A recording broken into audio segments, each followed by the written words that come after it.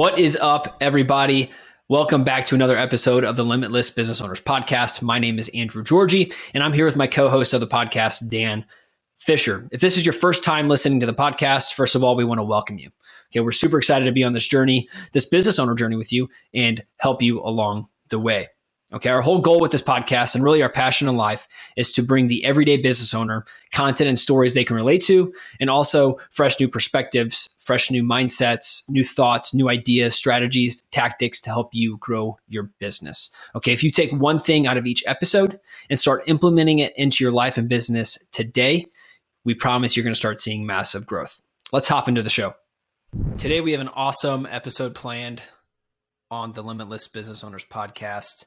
We don't have a guest this week, surprisingly. We've been on a stretch here, Dan, of like having guests, which has been great. I know. I hope they're not disappointed. Right? Like, oh man, it's just these two guys now. I think we used to have some of the best candid conversations. Some of them, I wish they can like record our just normal conversation because I think we have the best ideas. We have, yeah. Dan and I talk a lot, and if you guys could. Maybe we should do that. Maybe we should set up a little camera and mic, and they get a little hire a videographer behind the scenes take with Dan and Andrew. That'd be interesting. They'd be like, these guys never stay on track, and they always have new ideas.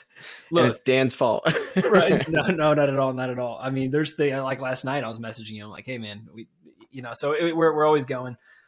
We got a lot accomplished this last week. Really, we rolled a webinar out. Like, I'm not tooting our own horn, but like, we've had some big wins. We did do a lot. I mean, we launched everything in March, and we've had. Yeah. Is this the 7th episode? This is the 8th episode. 8th episode. So we've had 8 weeks of podcasts plus a good amount of live trainings. You know, just getting used to the softwares in there, and we built out a lot of automations, which are going to like increase our viewership and listeners tenfold or more as we go forward. Well, I think we saw the fruit of that last week. Even, for one, we had an awesome podcast last week with Casey. We did a lot of value in that, but it was one of our most viewed episodes, partly because Kaysen is awesome. Yep. But even these automations we built out, it started directing traffic to the podcast.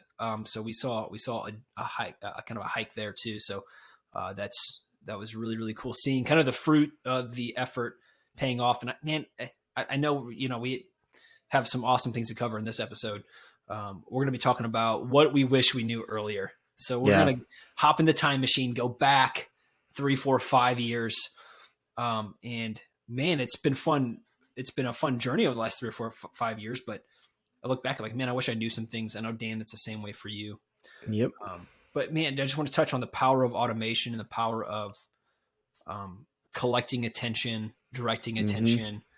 Man, that is seriously one of the biggest game changers in business. It is. I mean, when you say attention, and money follows attention. You know, Franzia, the leading wine company, isn't the best wine, but it has the most attention, and college kids know it, and people know. You get in a box, it's probably I think it's the cheapest wine or close to it. And then McDonald's, everyone, it's not the best burger, but they're the leaders. So that just proves to you that money follows attention. It is not quality. You can, but you're not going to make the most profit. And with automations, that's where we bring it all home. Yeah. I mean, and gosh, it saves us. I know we're launching a webinar, which we literally decided to do last Thursday. Maybe was it that late? I was going to say, was it like Monday? I don't know. It always feels like we're kind of like, we have an idea. Let's do it. Cause you and I have the ability to implement it really quickly. Yeah. We're only 2 people. And when it comes down to it, how do you make 2 people look like and work like a company is you have to design it where their technology works for you.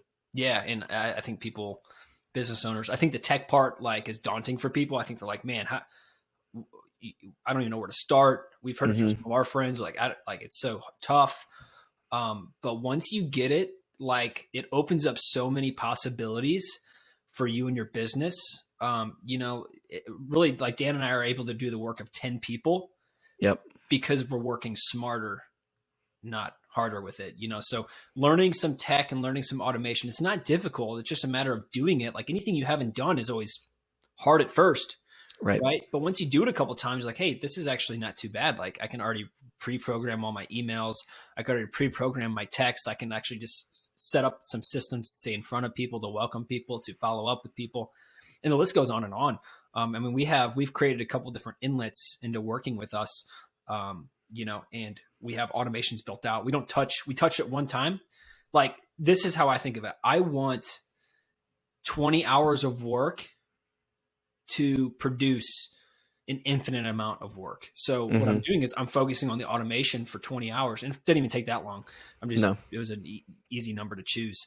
And that is actually, like, after that initial 20 hours, I'm constantly monetizing and it's like compounding interest. It's constantly churning and doing the work to where I can have just optimize and make it more efficient.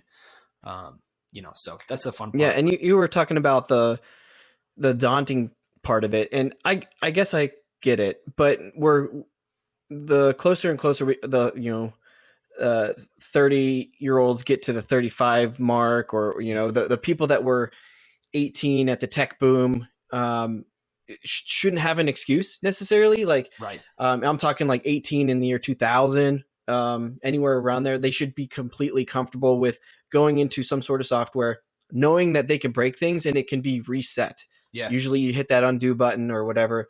And then sometimes if you don't have that undo, like if you're in a CRM and you're doing things, like go in and mess things up and then figure out what you did wrong. We mess something up all the time, every day. We had an email go out and it was my fault. I was like, oh, we need to, have this. There's sometimes we have to kick like an automation off and it takes care of emails for like, 7 days. So I was like, it was our very first one. We started running, an email campaign for our live trainings that we do inside of our group, to get some interest for that and get more people in there. And I forgot to put the title of the live training and the description of the live training inside of the email. So it just said like Phil. Like Phil. Yep. Fill it up. So I was like, oh man, but that's part of growing is making mistakes. And like, I guarantee you, I won't forget that again. Yep. Guarantee, because it's just part of, you learn. It's not, and that's one thing Dan has helped me do. I know I've said it 1,000 times, and it's one of my things I'll be talking about today is, the perfectionism, and it's kind of stopped me. I would have been so hard on myself yesterday, and Dan was just like, it's just something, we'll send another email out and say, make a joke out of it. Yep. Yeah. And I think, and you guys will see my cat here if she usually gets it in the camera, usually whenever I'm sitting down. But the, whenever I see those things, it's so easy to harp on it because it feels like everyone's thinking about it constantly, when in reality, like everyone's going to delete it out of their inbox anyways and be like, that didn't really make sense. And then the next one comes out. So like, immediately it's forgotten. Yeah. And it's almost like whenever you screw up on a performance, like most of the 99% of the time, no one realizes you even screwed up. And if you just keep going with it, the show goes on. Yeah. And we've had that in podcasts even, we've had that in all areas. And I think that's live streams. The awesome thing about kicking that perfectionism to the curb is saying, we're going to mess up. We're going to learn from it, but we're not going to let that fear of messing up halt growth and halt progress, Yep. So awesome. And society said that they would rather have things not perfect than have it at all. Our favorite people are not, they're not perfect, it's like, right. And those are the people that just, hey, we make a mistake. Those are the people that you're focused on, and you're like, man, I can relate to that. No one can relate to perfect. So awesome. But people will wait for it. Yes, they will. They will. I did for years. Like I said, we have an awesome podcast today. And the title is exactly what it is. What we wish we knew earlier. Okay. And I would love to do this and start incorporating this question to any business owner that we interview on the podcast. But we're like, hey, let's start it off with us. What we wish we knew earlier. We both picked 3, 4, 5 things that if we were to go back in time, be able to tell ourselves, we would say, hey, do this And not like Back to the Future, like bet on, the Braves for winning the 2021 World Series. No, this is like concepts, principles, there's things that we wish we knew when we were younger. Beginning our, I should say beginning, but it could be in the middle of our business owner journey too.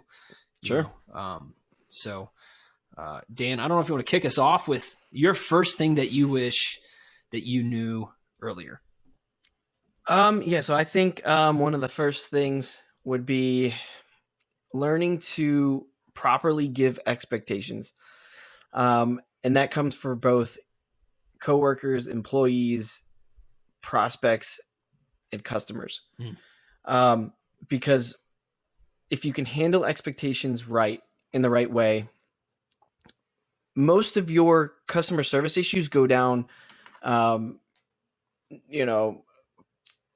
or more, maybe. Yeah. Like I would imagine if you have a really good process for that and the expectations that you're setting, people know what they're getting into. For instance, whenever I was starting the financial lead company, I barely knew, like I came in as a marketer and I barely knew the financial side of it. So I'm learning the financial side, and these people were coming in and they would come in saying like, these leads are terrible. You guys are giving me crap leads.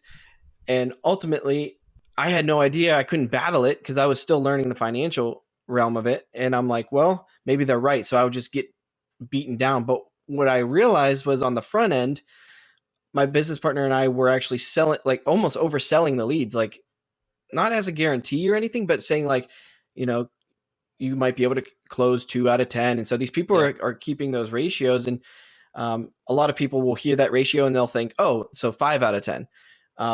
So if you could be like, look, hammer those in. So you could say you might get 20 leads and you're going to have to work them for 2 months and you could probably close 2, but keep in mind, those are still 20 leads that you can keep working. We were still learning. And so the bad expectations with the prospect led into bad expectations with the customer. And then also whenever you're giving expectations to new employees and partners, I've had multiple partners in the past where we just didn't see eye to eye, but we were both excitable. So I would get real excited, live in the moment, and almost felt like that was my only choice, even though it wasn't. Mm-hmm. I kind of had that desperate feeling where I was like, cool, I need a partner because I'm not good at copy. And it helped, but I should have set expectations like, hey, let's sign a contract, or let's put something out in it. Let's be like real clear with each other. Cause after a while, if that partnership starts to go sour, the bad parts start to show up. And if those expectations were set properly, we would have something to go back on. So I've experienced that multiple times, and including employees too. Yeah. Well, on the partner thing, it's almost like the there's always a honeymoon phase with any partner. Like you're excited, you're like, hey, this is something new, this is something great. And then that wears off and you really start learning the other person. And look, people have bad days. And then you say, wait, is this someone who I really want to partner with? Or, it's easy to kind of put a mask on for a little bit and act a certain way. And then, the reality is sometimes there's bumpy times. And whatever comes out of you in those bumpy times, typically is your character. And if your character isn't the greatest, then, you're going to find out those things about your partner and be like, whoa, red flag, something you may not have seen earlier. But yeah, expectation setting is so important. I learned that, coaching baseball. So a little story time on that, Dan. After I got hurt in college and wanted to start coaching, I was supposed to be an assistant coach on like a 14U baseball team here in St. Louis. Like 2 days before the season started, the head coach quit. I have zero coaching experience at this point. I just played, Right. Always try to be a leader on the team, but coaching's different. So the first year was terrible because I didn't know how to set expectations. I'm pretty sure I had a dad wanting to fight me at some point in the parking lot. Jeez. After a tournament or something. And I learned. What, because you weren't playing his kid or something? Yeah. Yeah. And he normally played. I sat him one game. He was kind of ridiculous, but the thing I told myself after that season was, okay, I need to set better expectations, not just with the players, but the parents. Like, look, not every kid is going to play every inning of every game. There's going to be some players that play every inning of every game, right? And being able to set those in a productive way is something I learned after that season, and it really did help me moving forward. And I'm not saying I curbed every problem, but expectation setting is so important with employees, with, like you said, partners, with yourself. That's another one. Is am I setting the correct expectations for myself? Yep. Which is kind of a good segue into one of mine. Just not going in any order, but if I could tell myself one thing, it would have been, hey, don't be so hard on yourself. I had to be perfect. And I know we just talked about this, but I like, seriously, I remember my first business, I'm like, I had to be so perfect. Like, I didn't roll things out.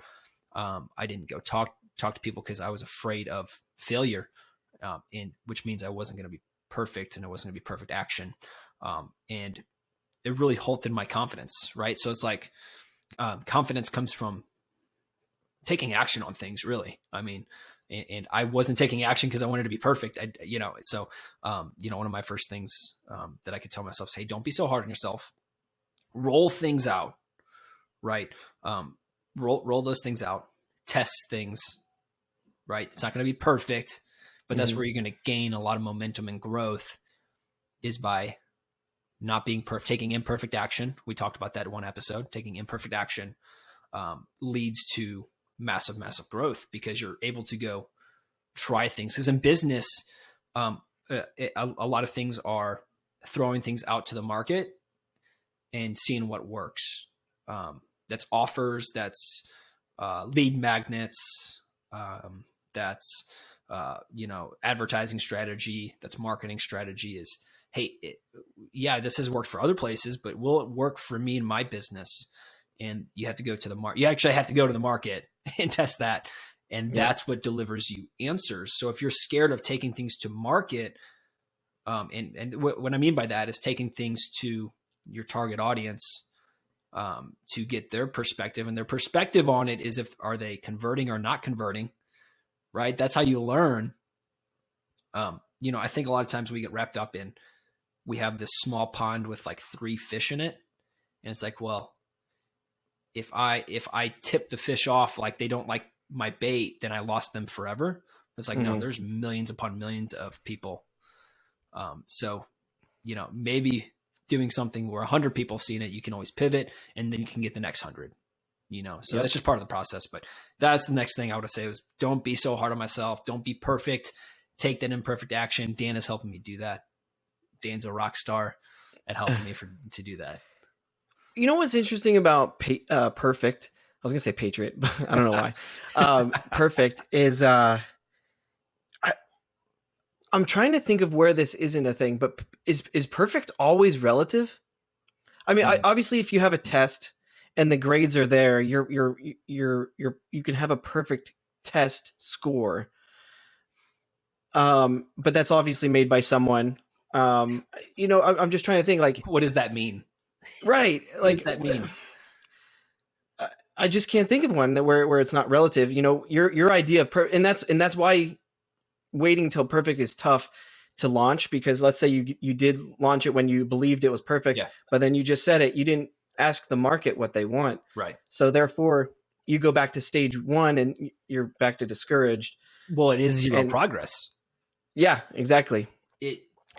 And you don't know if it's their perfect, you know what I mean? It could be, but we don't know. And you might be just one iteration away from it taking off and doing what you want it to do, right? Like, you could be so scared and wanting it to be perfect. Like, is this something they're going to like? Is this something that you just end up not taking it to market? or you're very limited. Like you play super, super small then, right? It's like, okay, I'm going to be very conservative. I'm only going to talk to people that I think might like it. And then you don't talk to enough people, and then you don't collect enough data back on it to say, oh, there's something I like, something I don't like. Okay, let's maybe tweak this.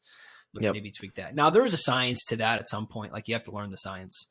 And that's another thing I'll touch on later. But yeah, I think one thing I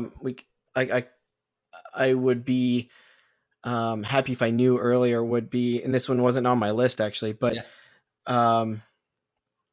is knowing, or actually not being afraid of success, right? Mm-hmm. So you had the fear of failure. I don't really have the fear of failure, to be honest.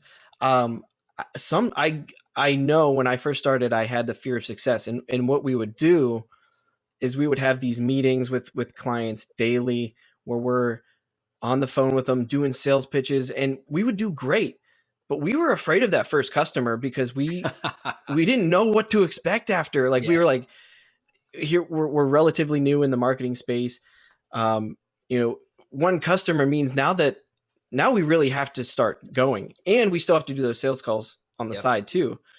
And so what developed was this fear of success, and it definitely happened to my business partner. I'm not sure if he ever got over it, which ultimately ended up in him leaving, but it's a real thing. And so him and I would kind of spiral on these like fear of success, but we would have this dream of like, we'd want a huge successful company, and we didn't know how to get through that barrier and with everything between, which you needed to, stumble a few times in that success. Well, that's like being scared of the next step, which you don't know sometimes what the next step is, right? And that's the glorious thing about business ownership is like, right, what's ahead of you is typically unknown. Yep. And so if you're scared of the unknown and scared of like what the next step could be, because you don't feel like you can handle it now, you're not going to succeed, right. But it's like, hey, if we do get this client, how are we going to be doing sales calls and this at the same time? Or if we get 3 clients, what I had to go hire someone, maybe, and I think Dan, that holds a lot of people back from making, and they learn it. Like you have to learn that in their journey to move. Like that's just part of moving forward. Like you have to learn that in the journey at some point. But some people prolong that.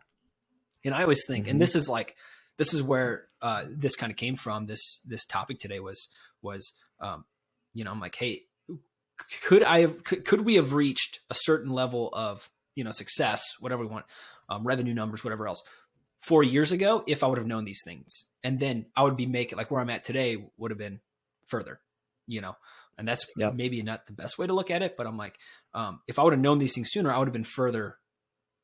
I would have gone further faster, right? I would have got there faster. And today I wouldn't be, if I would have started a podcast 4 years ago, would we, I wouldn't be on episode 8 right now. I'd be on episode 300 and bigger, so you got to think about that. You got to think like the longer I prolong things that may be uncomfortable, delays the future that I want to bring into myself. Yeah. And, I think that we can get too far ahead of ourselves and think, well, what if we close a couple clients? What if I take on a project and I have to hire someone? Okay, well, maybe if you hire someone now, you can take on 3 more projects. Your role changes, right? And you can grow. It's different, right? It's different. It's unknown. I think that's the awesome thing. It's a challenge. You have to figure it out, and I think that's the awesome thing about business ownership. Absolutely. Absolutely. Another thing I wish I would have known, really done sooner, was understand the importance of people. I think early on, I would always think of people as a tool to get someplace, to do something. And instead of really focusing, and this goes back to our leadership conversation last week, you end up burning bridges, you end up hurting people, you end up running over people, and really recognizing the importance of that human being, right? And accomplishing something together. And even along the importance of people, I wish I would have gotten a mentor and gotten a group sooner, like of people that were ahead of me that could pull me up faster. Cause I was always like the type, and I know business owners can relate to this. Like, well, I'm going to figure it out myself. Like, it's kind of like pride. It's kind of like proud. Like, man, I'm going to figure this out, myself. I don't need anybody's help. Like, we're just going to grind it out. We're just going to figure it out. And really, that's kind of dumb. Like, that is not wise, at all. So it's like, man, if I could go back 5 years, I would have asked. And like this thing, mentors don't just come. They don't ask you for them to mentor you. You have to ask them to mentor you, and take you under. Sometimes you got to hire them. You do have, I would say most of the time, 90% of the time, unless you are in a very, very lucky position with who you have to spend money. I shouldn't say spend. You have to invest into a mentor or a group, and that can come from this. You can get a group and get a mentor out of that. Whoever leads the group up. But you have to invest, and I wish I would have done that sooner. And I think that I know that would have pushed me further, faster. And I think that's one thing that I go back to, because I always struggle. Like I'm not an extrovert, and I always like, I'm going to figure it out myself. We do things ourselves. That's just what we do. But it's like, man, having someone be able to tell you, watch out for that right there. Or, hey, yes, double down on that. Man, it would have sped up trajectory 100-fold. I mean, there is, in going back, I paid for it anyways. I paid for it in mistakes. I paid for it in time. I look back to my first business. I'm like, man, if I would have had a mentor, they would have told me, hey, don't build out that $20,000 right. $20,000 website. Right. I would have rather taken that 20,000. I could have invested that better and gotten a mentor, and they could have told me what to do. And I would have just been, yes, sir. No, sir. Yes, ma'am. No, ma'am. And I would have been so much further right now. So I like the mentor thing. And I think the biggest hack you can do to your business is surround yourself with people that have been there. And I say been there hesitantly, because it's like, sometimes you can have a mentor that is great and they haven't been there, and they'll serve a purpose for a good while. We were talking about that. And what, yesterday, 2 days ago, about like the sport coaches that haven't played professionally. Oh, right. Yeah. Like, absolutely. I think of Mike Schiltz. He was the manager for the Cardinals. Never played a lick of professional baseball. Right. But he was very well respected and can bring like the best out of players. Yep. Yeah. If you can, like I said, if you don't have that person that's essentially been there. So like for us in marketing, I mean, digital marketing's only been around at the earliest, like 2005, 2007, maybe. And then back before that, you're looking at advertising agencies.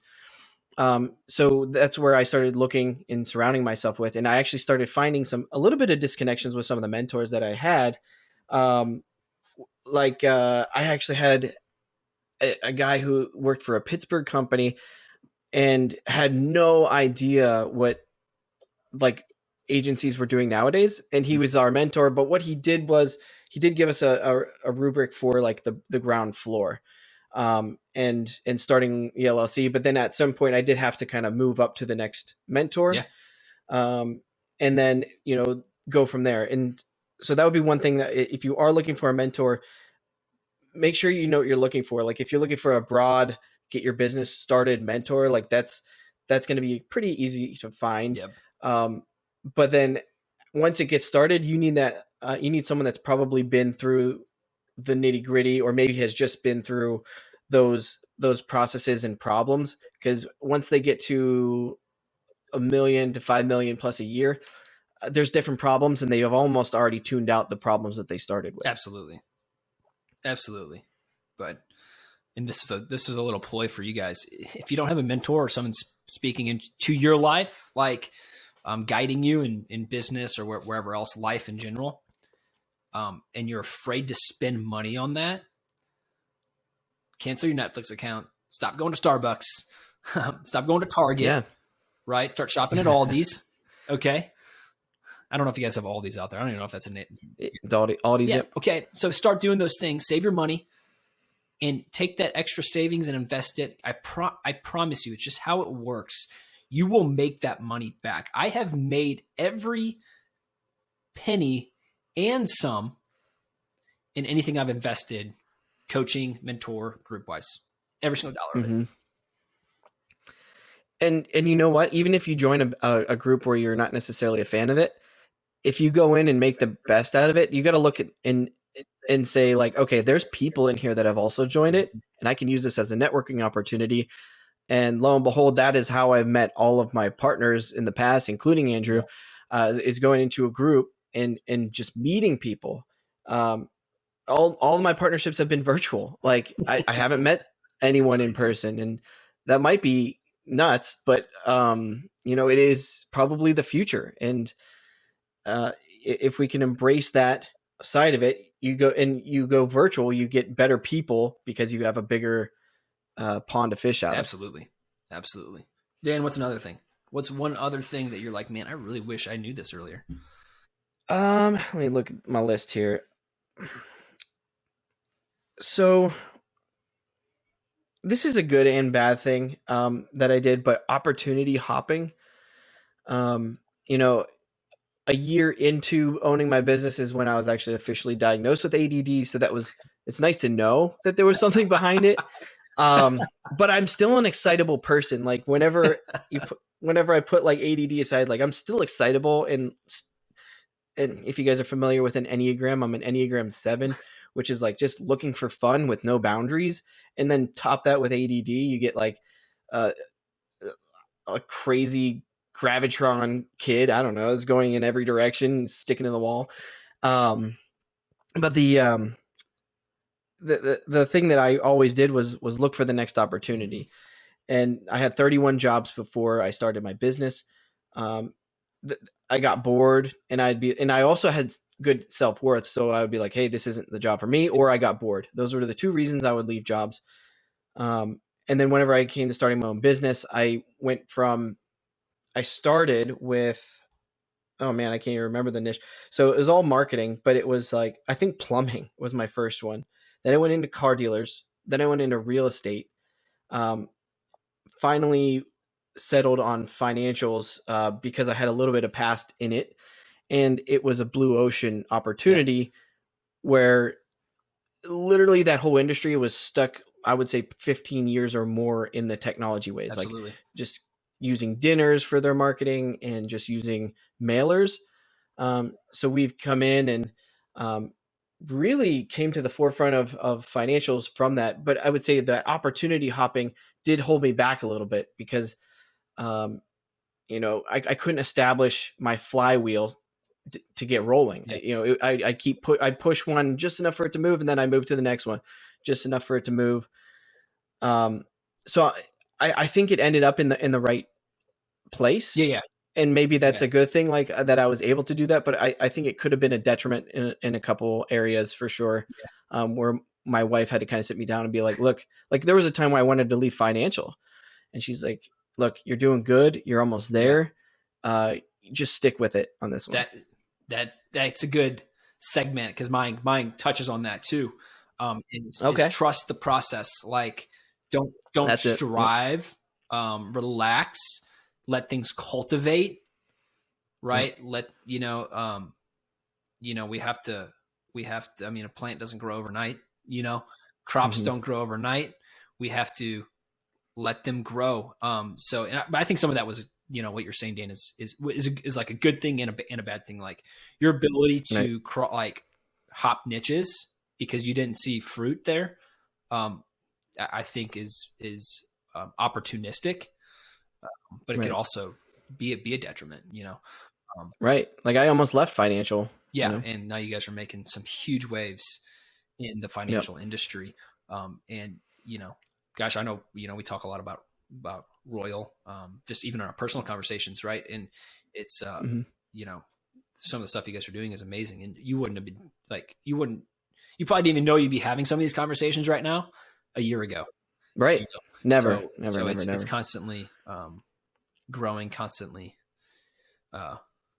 pushing the ball forward on it. But yeah. Yep. I like when you said, trust the process. Cause I have written down here, tell myself to enjoy the process. Because you can have these goals and hit them. And when you get to your goal, you're like, you have that maybe 24 hours of celebration, but then you got to get back to work.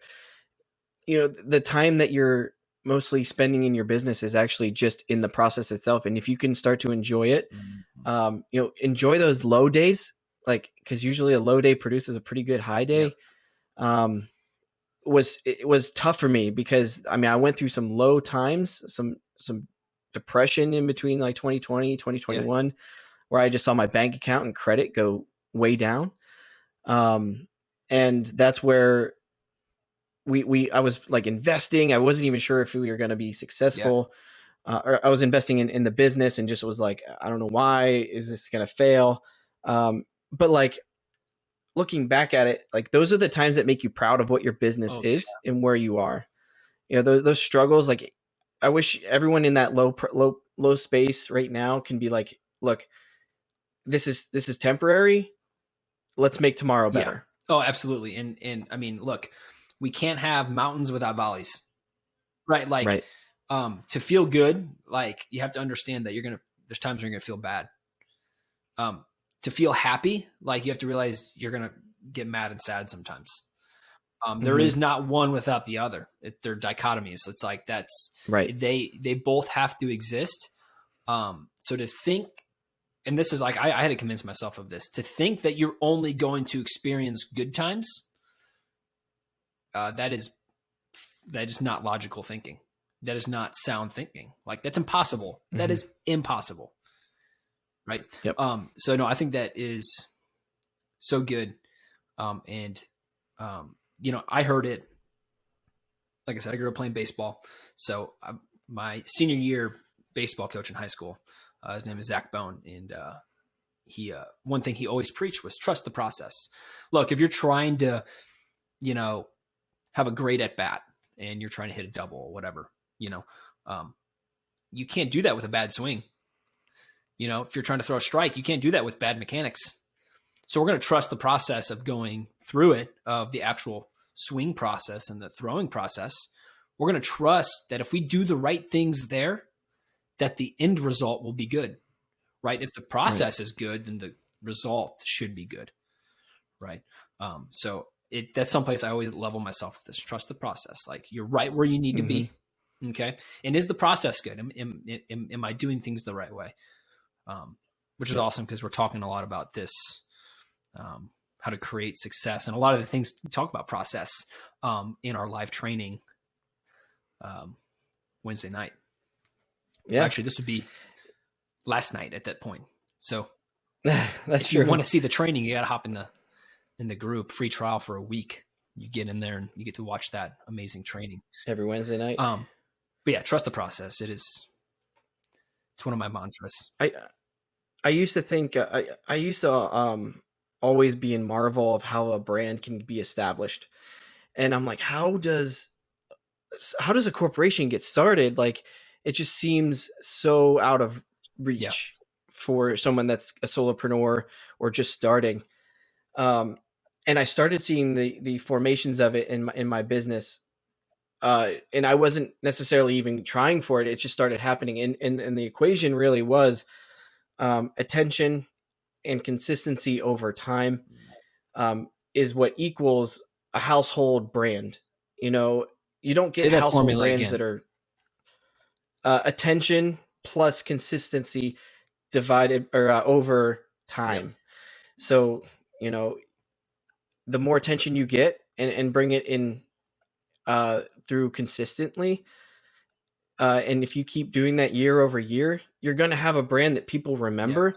And if you're around year over year, people are going to be like, oh, people trust that. So that crowd is going to bring on other people. But yeah, I always marveled at that. And then I went to a couple insurance conventions and Royal was a part of it. And Royal started being a name that people were remembering. And I'm like, man, I didn't even think that this was possible. Like this, we were actually in the conversations of some of the top insurance agencies and lead companies. And here we are just 3 years in. Really, Royal's only been around for a year. And we kind of pushed that through with a lot of automations, but we really started making some waves, and that's exactly what you need to do, is trust the process to make that brand happen. Yeah. Doesn't happen overnight. Really doesn't. Mm-mm. And that's what we all see is, oh, they're here today. We look at them today, but man, you probably don't see the time they spent in the trenches grinding,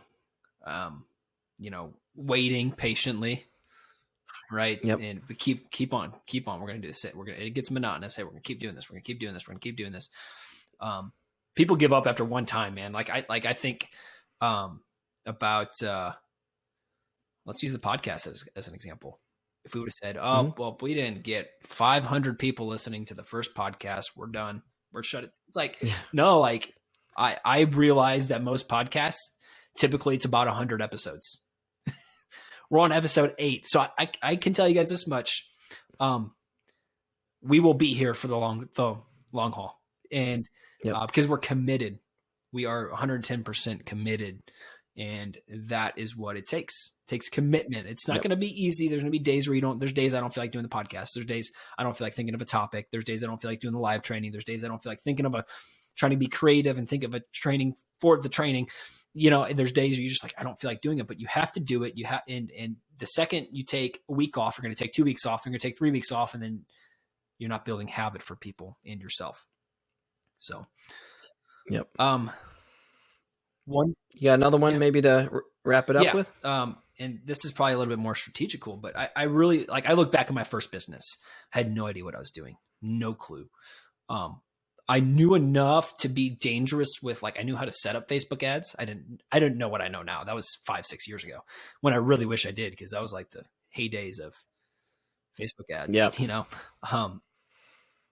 That time sparked my curiosity for Facebook ads and understanding funnels. Same. But I wish if I would have known, because looking back, I'm like, man, I actually had a really, really cool product, a really, really cool service it was for youth and high school athletes to be able to have a directory to go to search and find for free, camps around them, teams that need a tryout. So that means facilities, and, youth and high school sport teams could say, hey, we need a pitcher and we have a tryout this day. Jeez. And cool. Then players could hop on. The players had their own free profiles, but the teams and facilities paid for the platform essentially, and the athletes could search for free. And I'm like, man, I really, really wish I knew, because there's really hard. It's even my nephew right now, he's like, I don't know where to, they're trying to find a place to go try. You have to message on Facebook, who has tryouts? It's like, wouldn't it be better if you could just go to a place and just search and be able to register for the tryout or register for the event right then and there. So thinking about it, I'm like, man, cool. It would have been, someone would probably listen to this and take it and build it in 2 days. I will find you if you do that. I'm joking. But trademarked. I guess what I'm getting to is I wish I knew what I know now then. I wish I would have known the online world better. I wish I would have known funnels. I wish I would have known we talked about it, gaining attention. How do I gain attention? And how do I harness attention and convert it? Right? Because gaining attention is one thing, but it's taking that attention and turning it into money, into revenue is something else.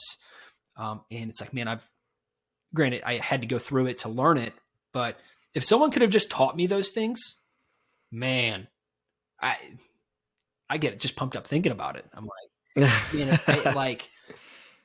I think there's so much possibility in the online world. And there's certain strategies that you have to take. And while the tactics might change in the strategy, there's a backbone strategy that I wish I knew. And I've been I was guesswork then until I discovered it, until I, failed clients, until I paid someone to teach me one piece and the other, and I started putting it all together. It's man, I wish I could go back. I wish I knew this then, because it would be so different. And not that that's a regretful way. Look, I learned, but if I could have sped that learning up through a group, through a mentor, through training, something else, I would have been man, I would have focused my actions better on creating better online platform and marketing and advertising for my previous businesses. Yeah, the focus is huge. I think a lot of people can hire a mentor and still go through a lot of failures, because a lot of people are like hard headed, and they're like, why I'm the owner and I want this to go this way. I've definitely done it where I've had direction sitting in front of me, not necessarily completely spelled out, but it's almost as if sometimes when a mentor guides you, they want you to go through that process still. So that you won't necessarily skip those processes, but you'll still feel those moments where you're going to learn it. And therefore it gets lodged in your brain as far as what you need to do, and instead of relying on them as a crutch. So you can learn hard on your side, and whenever we are just going through and just guessing, like that's a hard way to learn. Or you can have a mentor group surrounding you that is like, actually, I've already been through that. Enjoy the process. It's going to suck, but they can. Here's where you're going to go. They give you perspective and like they're able to say, "Hey, you're going to do that." And this is how you curb that. They're there to encourage you. They're there to keep you, because there's times where you're like, man, that didn't work, and you feel like giving up. And that's when the mentor group says, okay, no, you did what you were supposed to do. How are we going to learn from it? Right. But yeah, I mean, I spent tens of thousands of dollars on Facebook ads before I knew Facebook ads. I spent a lot of time trying to build funnels, not knowing what the heck I was doing until, so I wasted hours and time. But yeah. Yeah, those are valuable lessons. And, the amount of money both of us have paid to Facebook is hilarious. Because, it's just a new platform they're learning. They change it monthly, if not weekly. And, we had to deal with those changes constantly. So not only are we learning the process and how to market properly, but we're also learning these CRMs and data systems that they're throwing at us that change. The user interface changed as we went through it. Very discouraging, but I mean, it's something we were all going through. We found some marketers that we could, misery loves company, just kind of cry on their shoulder a little bit. But those happen for all industries too. Well, and that's our job in each industry is to, and that's why knowing the backbone strategy and like the foundational strategy is, there's different tactics. People say TikTok ads, Facebook ads, Instagram ads, YouTube ads. They all follow in like what happens after those ads, taking attention and converting it, harnessing and converting it. That all goes to the same flow. Like there's just certain milestones that you have to cross off. We'll cover those in one podcast, but I wish I would have known that sooner, but I'm glad I know it today. Because there's so much potential. I mean, there's so many places not using it. Like Dan, you're pretty much doing that for the financial industry, but I think of tons of places that aren't used. I know like real estate, there's still a lot of opportunity in real estate, even like real estate, lawyers. I mean, churches, like there's ways to do it for churches too. Like I said, real estate, lawyers, you're right. There's any service industry. They're so far behind. Mm-hmm. Coaching groups. I know people have coaching groups that have zero automation or anything built in. I'm like, you are making your life 100 times harder. So, well, guys, it's been real. If you guys have any questions for us, you can go to our website, limitlessbusinessowners.com, and click the contact us. We would love to hear from you guys. If you guys have anything if you guys have anything you want covered on the podcast. But Dan, it's been real. Always love our conversations. Next week, we will have another guest. So if you guys got sick of this episode, you guys, I want to hear someone else. I hope that's not the case. I hope, I know we're bringing you guys a lot of value inside of this. But absolutely. Cool. Hey, if you haven't rated or reviewed the show yet, please take 2 to 3 minutes to do so right now on whatever platform you listen on. It really helps the show rank better when people are searching for new podcasts to listen to. You can also follow us on Instagram and Facebook, where we post daily clips from the episode. And then we're just going to ask you to share those clips, right? You never know who of your friends are going to see that clip, and then they're going to start listening to the episode, and then their life changes because they hear something that really helps them overcome a challenge that they're experiencing in their business. It's really going to help them create breakthrough in their business and become limitless. Also, one last thing, right now we are offering a free 7-day trial into our Inner Circle group, Limitless Business Owners Inner Circle. And inside this elite group, you get to learn how you can experience immense, consistent growth inside your business, where you learn the strategies and tactics to grow your business, right? Surround yourself with like-minded people, other business owners that are experiencing what you're experiencing, that are going through it right now, that you can build key relationships with and learn from. And also some people ahead of you that can also teach you something that's going to help you overcome something in your business right now. And then last thing, you can leverage the strategies and tactics it takes to build your dreams and fulfill your purpose. Talk soon.